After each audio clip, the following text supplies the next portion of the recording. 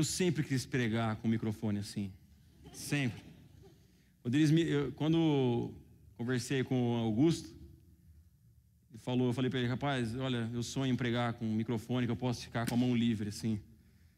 E quando ele me deu, é Gabriel, não é? Gabriel, quando o Gabriel me deu esse microfone, eu quase chorei ali atrás. Falei, é hoje, é hoje.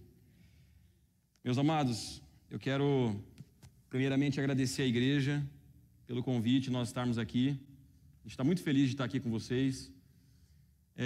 Nós fizemos uma viagem bastante longa, de 8 a 9 horas, porque a gente mora em Presidente Prudente. Alguém sabe onde isso fica? Isso fica perto de Nárnia. Você tem que entrar no guarda-roupa, você vai encontrar Presidente Prudente. Então a viagem foi bem longa. Depois a gente chegou, disseram que a gente veio pela pior estrada possível, uma que você tem que andar a 60 por hora, que já é para dar aquele teste na paciência, já exercitando o fruto do Espírito, né? Mas a gente chegou debaixo da proteção de Deus, fomos bem recebidos pelo pastor Walter, pela sua esposa, pelo Augusto e por todos vocês. A gente está muito feliz de estar com vocês. Amém, queridos? Quero enviar a vocês um abraço do meu pastor Fernando, lá em Presidente Prudente. Meus amados, o tema que o Senhor falou fortemente ao meu coração enquanto eu orava é que o Senhor Jesus é maior do que todo desamor. E eu queria compartilhar com vocês um texto do Evangelho de Lucas, no capítulo 9. Lucas, capítulo 9. Eu queria ler com vocês do versículo 51 até o versículo 56. Lucas, capítulo 9, dos versos 51 até 56. Todos acharam? Não? Evangelho de Lucas, capítulo 9, versículos 51 a 56. A palavra do Senhor diz assim: aproximando-se o tempo em que seria elevado aos céus, Jesus partiu resolutamente em direção a Jerusalém e enviou mensageiros à sua frente. Indo estes, entraram num povoado samaritano para lhe fazer os preparativos. Mas o povo dali não o recebeu, porque se notava que ele se dirigia para Jerusalém. Ao verem isso, os discípulos Tiago e João perguntaram: Senhor, queres que façamos cair fogo do céu para destruí-los? Mas Jesus, voltando-se, os repreendeu, dizendo: vocês não sabem de que espécie de espírito vocês são. Porque o Filho do Homem não veio para destruir a vida dos homens, mas para salvá-los. E foram para outro povoado. Meus amados, quando nós abrimos em Mateus, Marcos, Lucas e João, nós percebemos o quanto Jesus andou por Israel. Andou pelas 3 regiões ali, muitas vezes até para fora de Israel. Em todos os lugares pelos quais o Senhor Jesus passava, multidões se reuniam para ouvir o que ele tinha a ensinar. A fama do Senhor Jesus se estendeu por toda aquela região, por causa das coisas extraordinárias que Jesus fazia. Mesmo os fariseus, que desde o início ficaram cheios de ciúme contra Jesus, cheios de ódio contra Jesus, porque até então eles eram o grande centro das atenções, de repente deixaram de ser, porque alguém começou a curar cegos, começou a purificar leprosos apenas com uma palavra, começou até a transformar velórios em festa, ressuscitando os mortos. E quando as pessoas começaram a ouvir sobre isso, por onde Jesus passava, as multidões se reuniam, e mesmo fariseus, como eu disse. O exemplo é Nicodemos, e quando foi conversar com Jesus, assim, meio às escondidas, disse: o Senhor só pode vir de Deus. Porque ninguém pode fazer as coisas que o Senhor faz se Deus não estiver com ele. E, meus amados, havia um problema seríssimo entre 2 grupos ali em Israel, que eram os judeus e os samaritanos. Alguém já ouviu falar sobre isso? Quando Jesus se sentou para conversar na beira do poço com uma mulher samaritana, se diz ali que a mulher ficou extremamente surpresa com o fato de Jesus puxar assunto Afinal de contas, os judeus não se davam bem com os samaritanos. E, meus amados, isso, depois eu vou entrar nessa história, mas no momento eu só quero que vocês gravem isso, que os judeus não se davam bem com os samaritanos. E Jesus, sendo judeu, partiu resolutamente para o sul, para a região da Judéia, lá em Jerusalém. Dava para ele passar por outros lugares, mas ele decidiu passar pelo meio. No centro de Israel ficava a região de Samaria. Jesus, judeu, entrando em Samaria. E à sua frente ele enviou alguns discípulos. Esses discípulos iriam preparar as coisas para que Jesus chegasse, de repente encontrar uma hospedaria, um lugar onde Jesus pudesse descansar, comer. Estou até com dificuldade sabendo que eu ponho minha mão. Jesus estava... Então ele enviou essas pessoas lá para que preparassem tudo, para que quando Jesus chegasse, tudo estivesse pronto e o mestre não tivesse muitos problemas ali.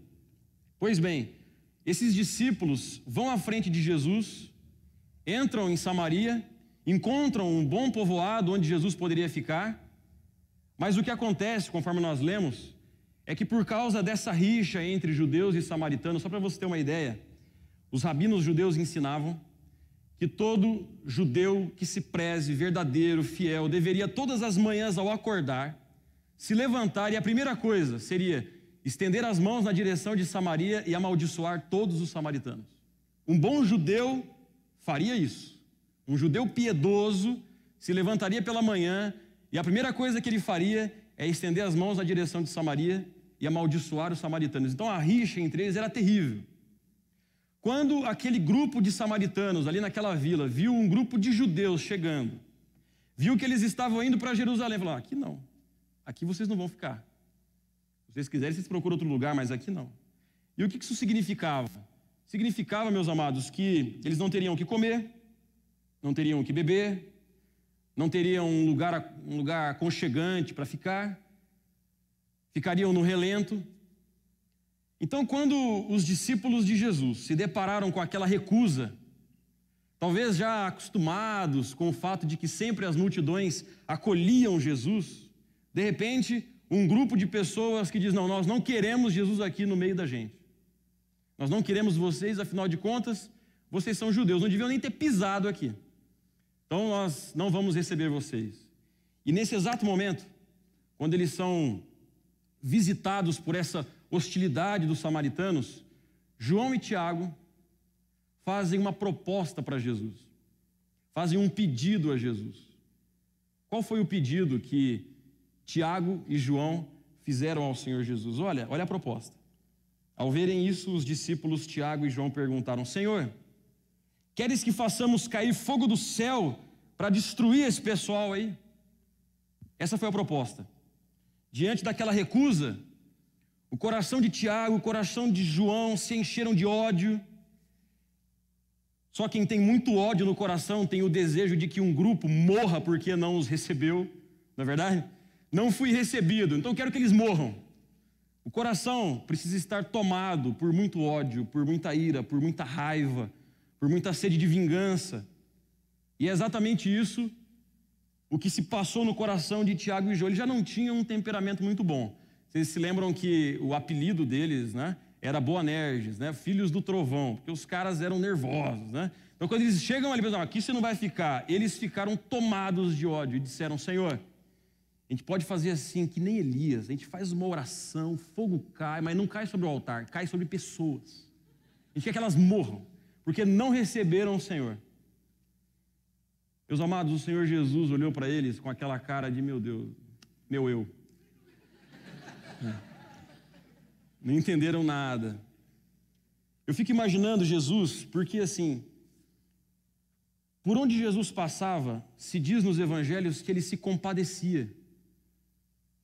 Se compadecia dos doentes, se compadecia dos aflitos, se compadecia de prostitutas, se compadeceu de Mateus. Mateus era um cobrador de imposto. Os cobradores de impostos eram considerados corruptos, pecadores acima da média. Jesus se compadeceu de pessoas assim e os chamou a segui-lo. Quer dizer, Tiago e João, que foram um dos primeiros discípulos a começar a caminhar com Jesus, já deveriam ter compreendido qual é o espírito do mestre.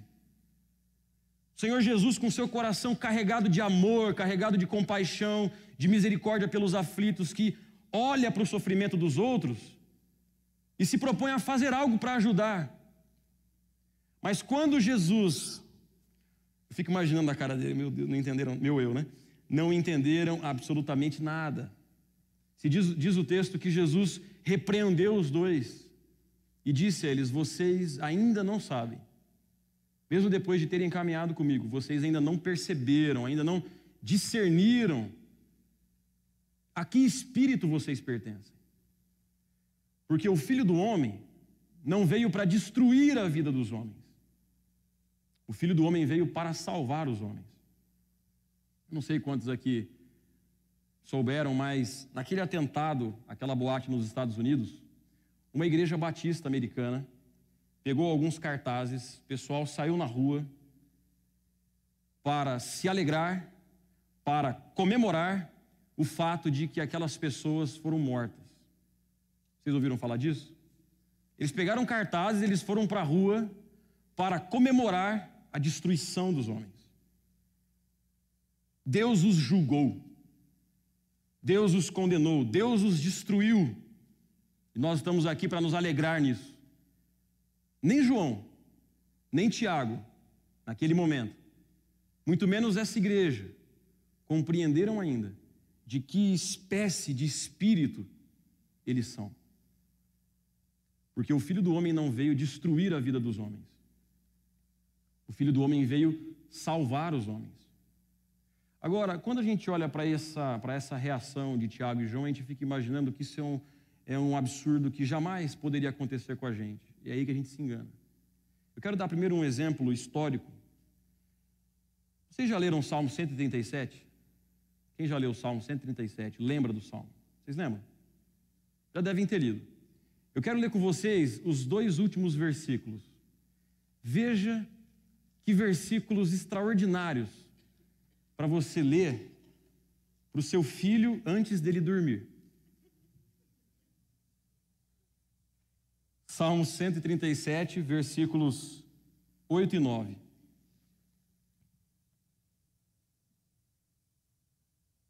Perceba como esses versículos acalmam a alma. Todos acharam?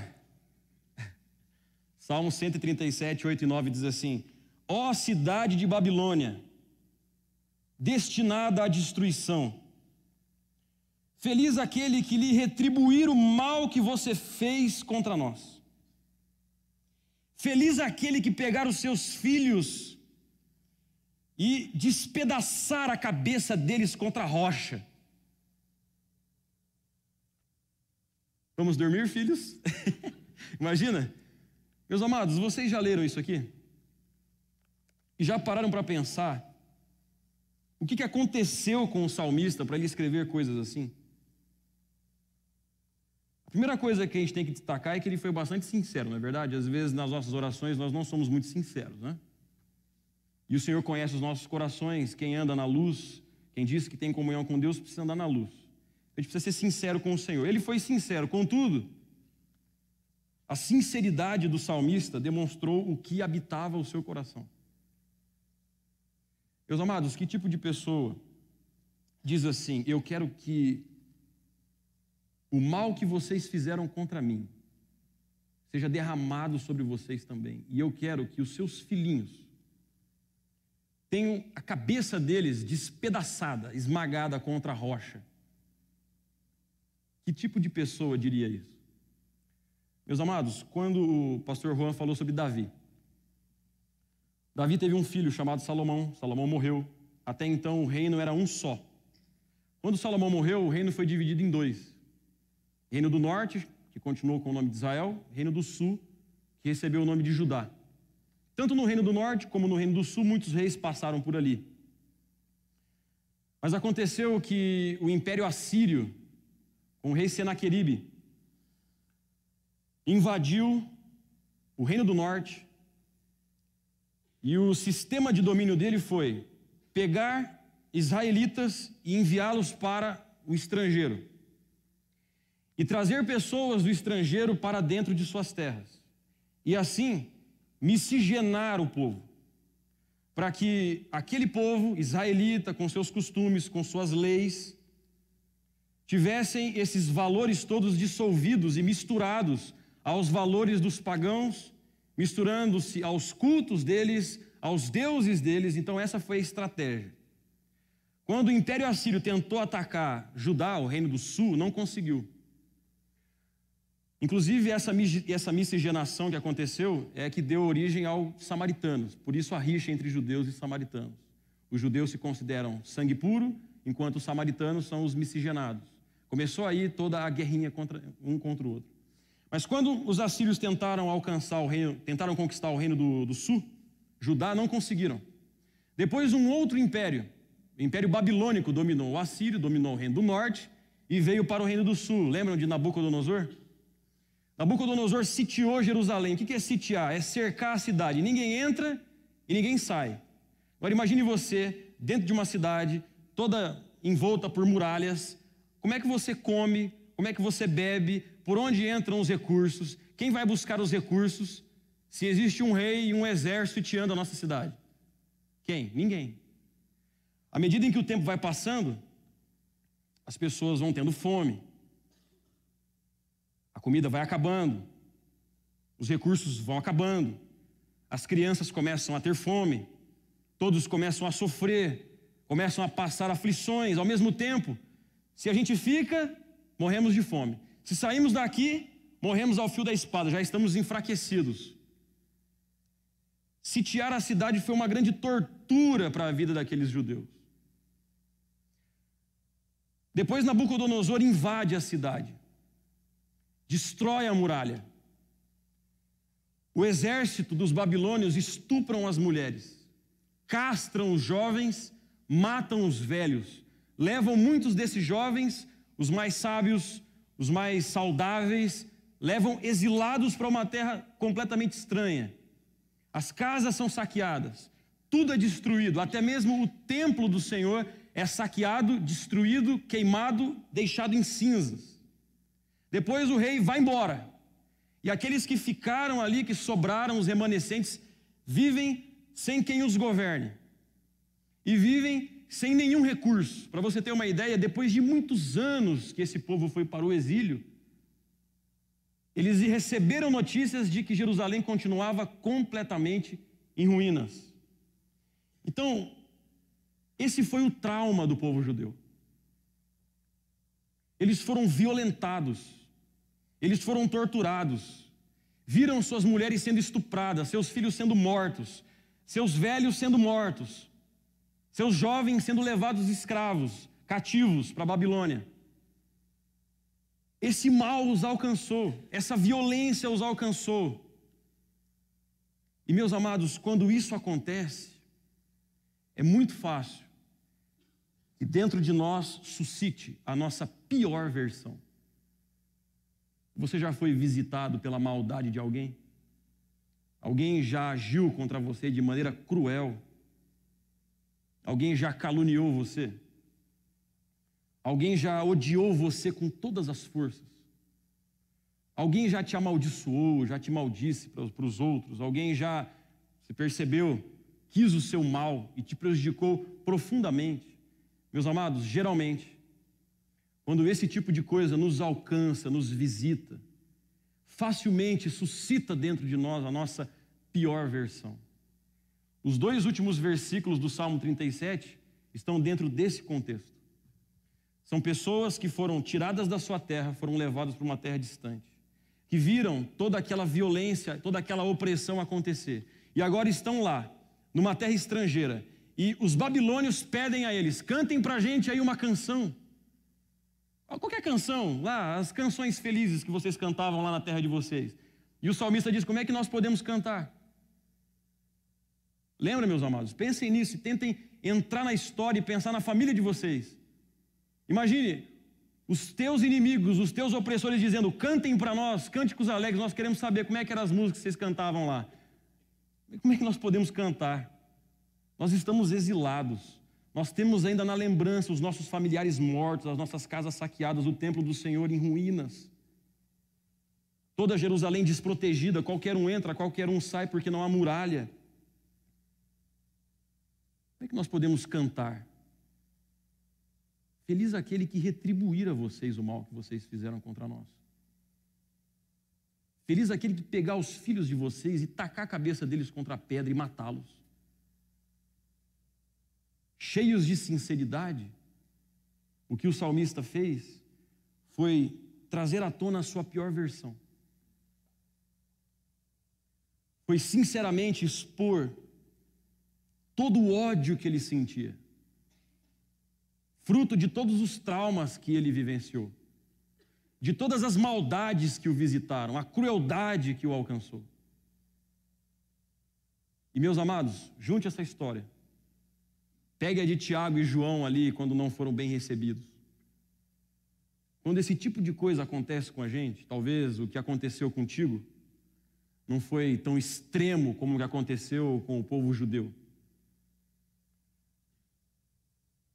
Mas eu quero que você pense nas coisas que já alcançaram você em termos de maldades.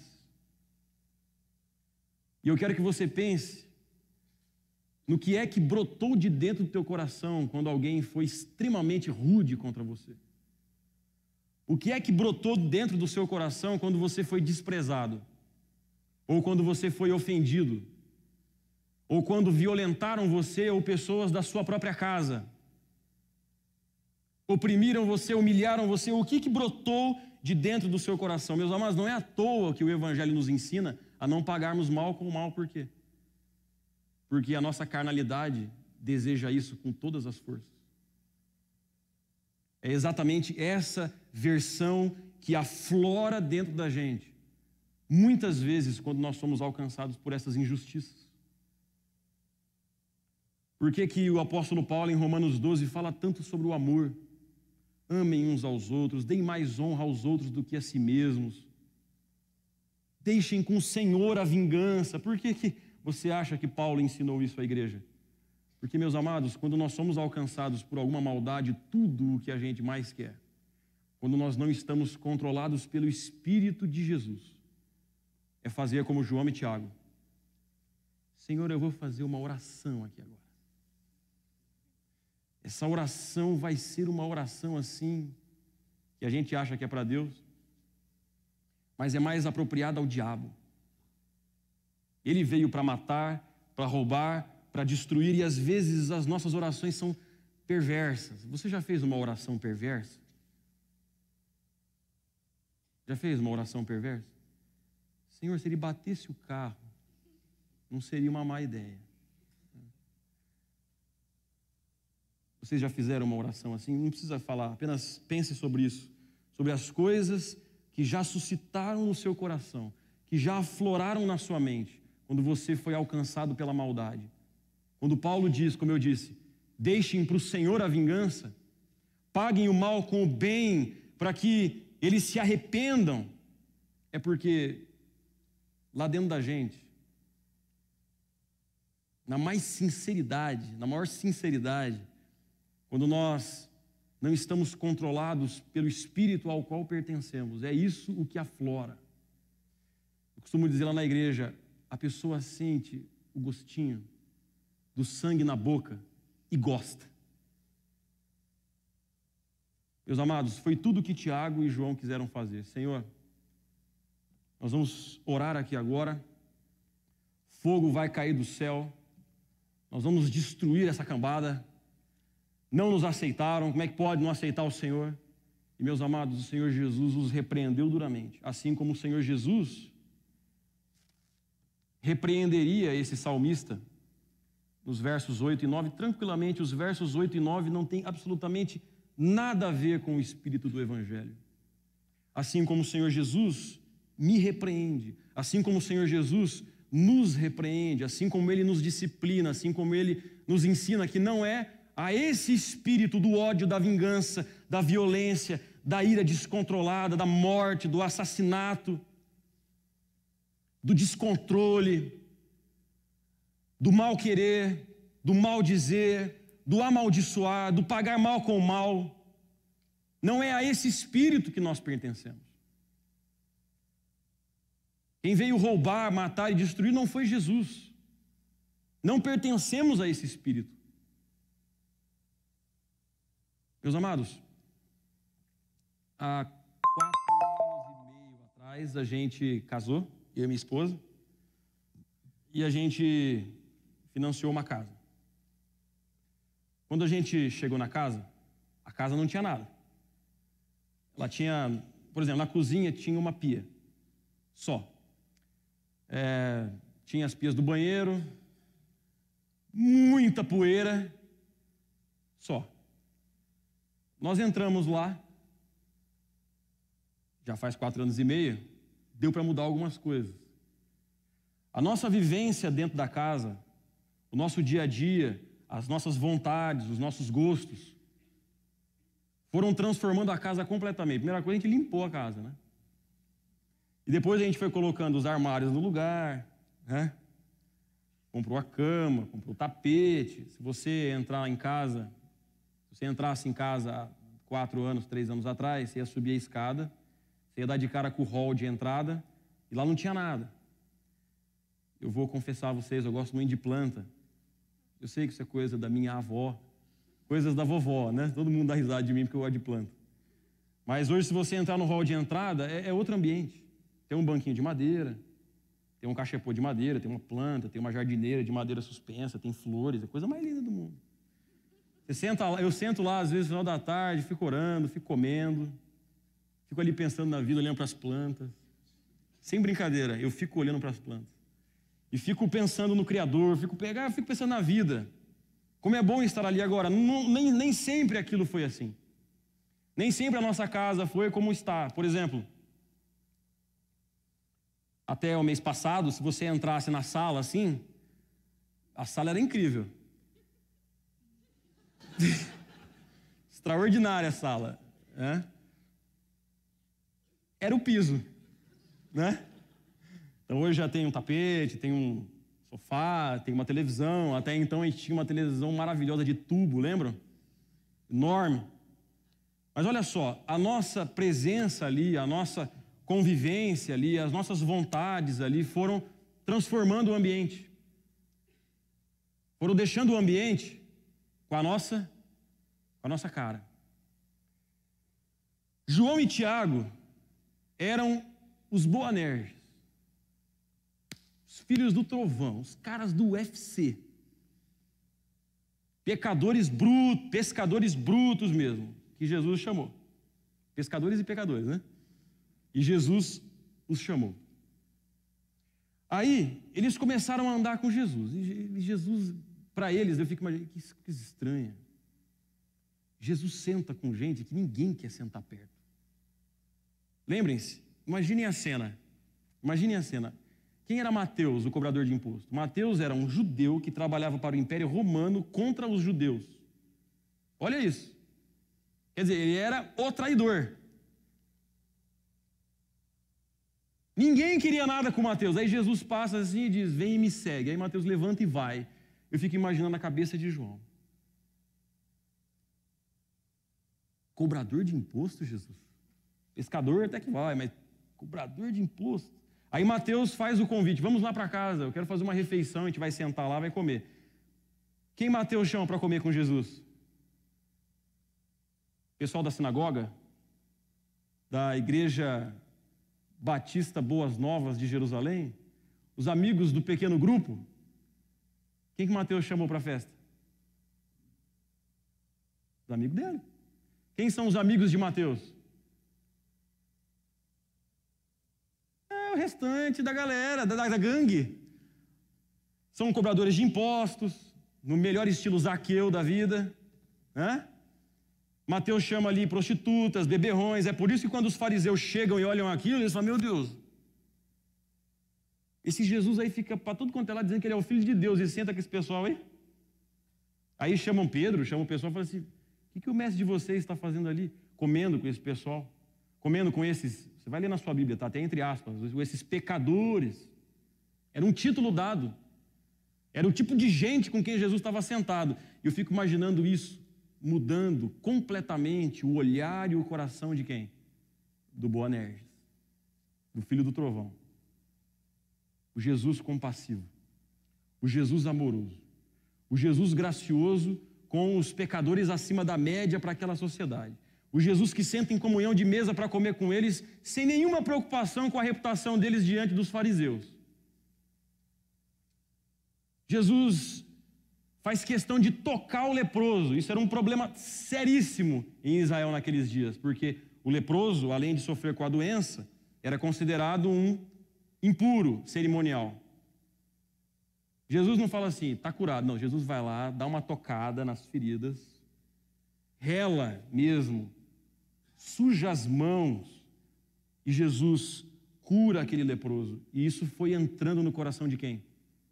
De João. Aí acontece essa experiência. Tem que matar. Aí Jesus diz, não, o Filho do Homem não veio para destruir, o Filho do Homem veio para salvar. E isso começa a entrar no coração de João.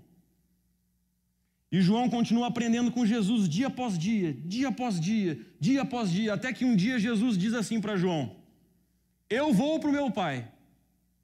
Aqueles que me amam obedecerão os meus mandamentos, e eu voltarei para eles.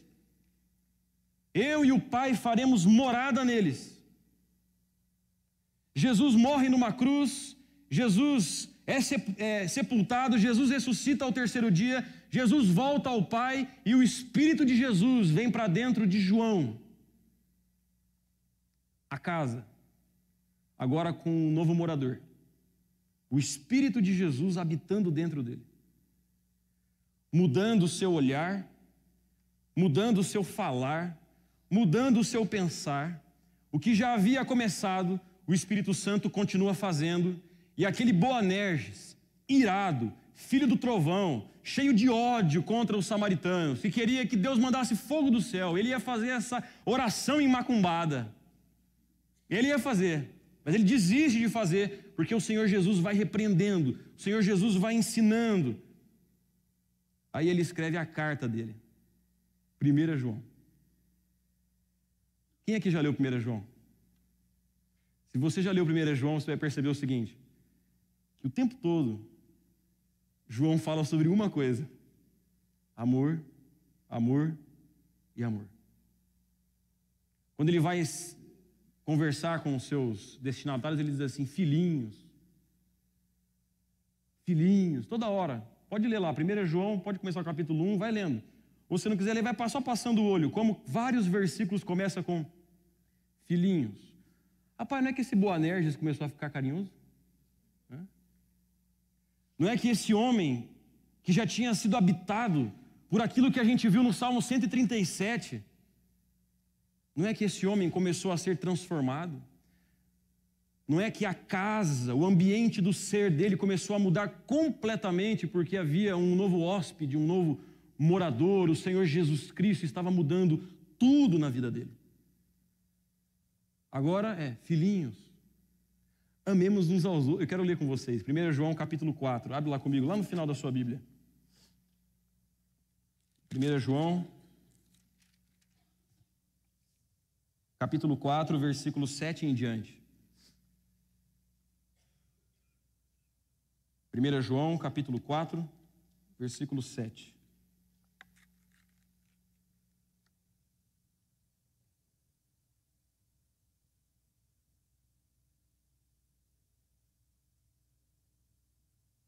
Todos acharam aí? 1 João 4, 7 diz assim. Olha aquele João, hein? Vocês lembram do João, né?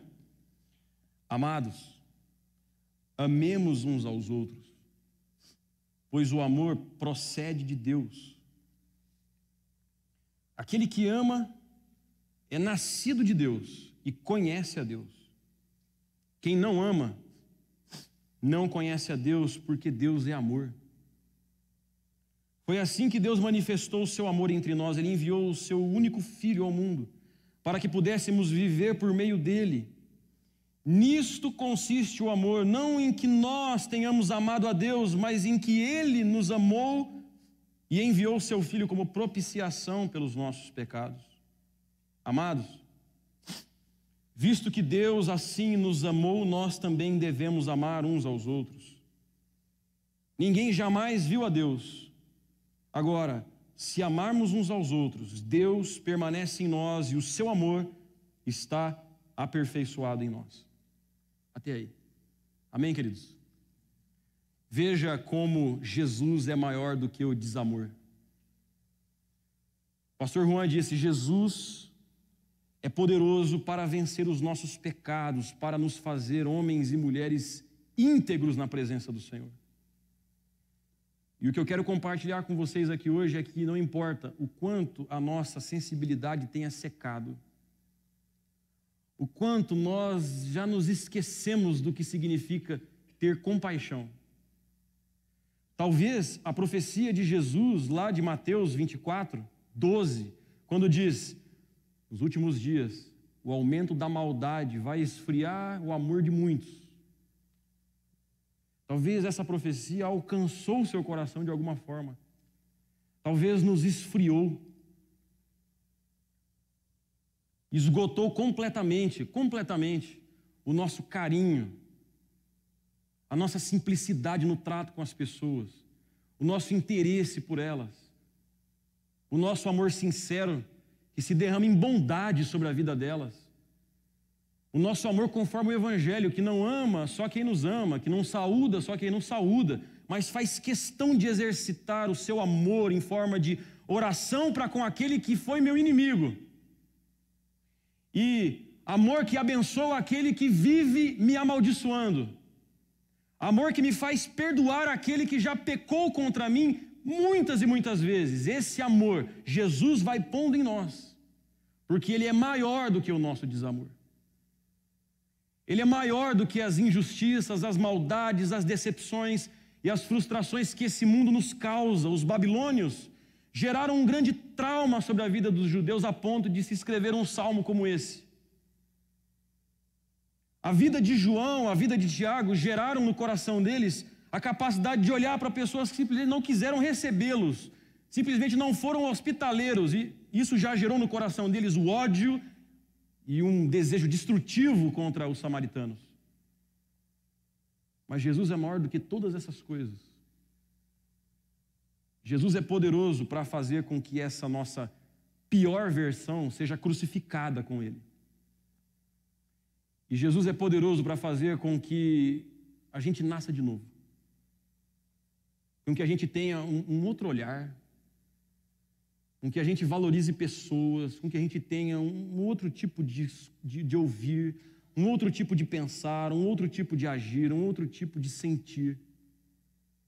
Jesus faz isso com a gente. Não foi o que Ele fez com João? Não foi? E talvez você nunca tenha sido chamado de Boanerges, né? Primeiro porque ninguém muito sabe o que é isso. Mas é bem provável que você seja uma pessoa assim, normal, sossegada, de boa. Mas tem experimentado nos últimos tempos esse esfriamento do amor.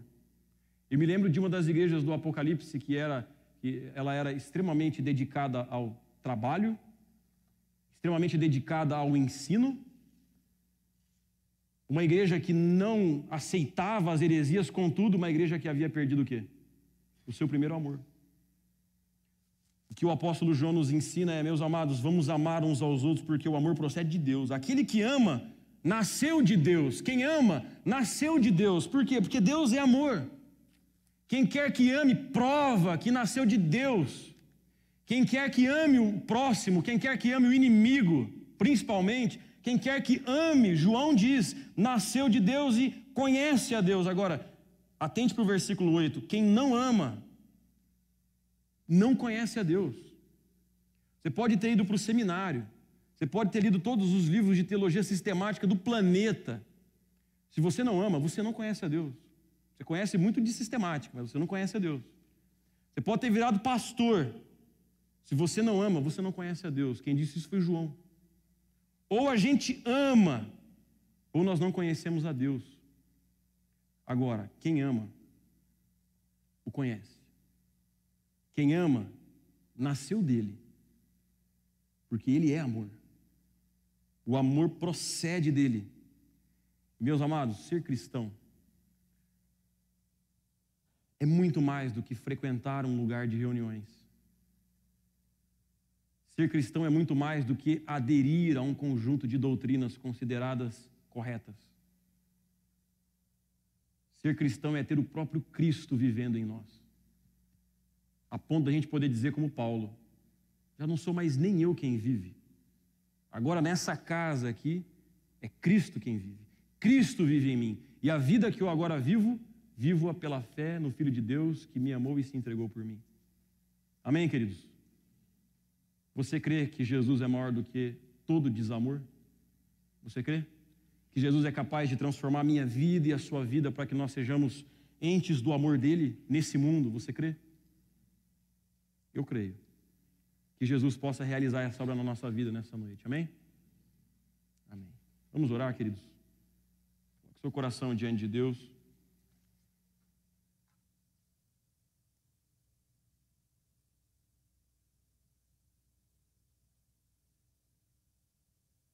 Queria que você, com o coração rendido, exposto diante da luz da verdade, pudesse dizer para Deus quem você tem sido até aqui. Se de repente as injustiças, as maldades, as crueldades que você já teve que enfrentar não estragaram você, não desfiguraram você, não alteraram, não corromperam o seu ser. Pense nisso hoje. Se de repente o que tem aflorado dentro de você, dentro de mim, é um egoísmo absurdo que não se importa com absolutamente ninguém, um ódio contra a pessoa, seja lá quem ela seja, o desejo de se vingar, a ira que nos faz dizer o que não deveríamos dizer, que nos faz fazer coisas que nós não deveríamos fazer. Em nome de Jesus, pense nisso, em todo tipo de mal querer, em todo tipo de maledicência, em todo desejo de que o próximo seja prejudicado, em toda tentação de fazer orações perversas, propostas perversas, como a que João e Tiago fizeram ao Senhor Jesus Cristo. Olhe para dentro de você em nome de Jesus e eu vou olhar para dentro de mim. E que hoje nós possamos nos arrepender e que o Senhor Jesus que nos habita possa encher as nossas vidas com o seu amor. Porque ainda que eu falasse a língua dos homens e dos anjos, se eu não tiver amor, eu nada serei. Ainda que eu dê o meu próprio corpo para ser queimado, ainda que eu tenha uma fé capaz de mover montanhas, ainda que eu dê tudo que eu tenho aos pobres, se eu não tiver amor, eu nada serei, nada valerá. Que esse amor governe a minha vida e a sua vida. Senhor Deus, nós te agradecemos por essa noite, nós te agradecemos pelo que o Senhor ministrou a nós, pelo teu evangelho.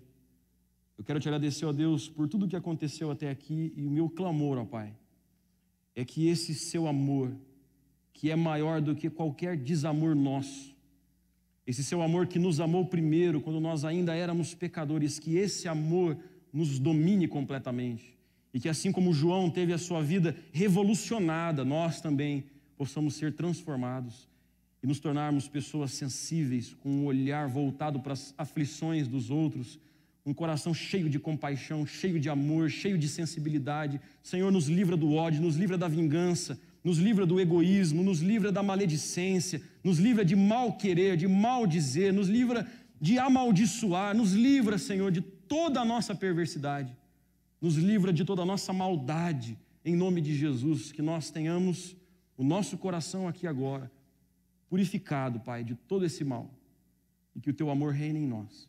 É a oração que nós fazemos a ti em nome do Senhor Jesus. Amém. Amém, queridos? Deus abençoe, graça e paz.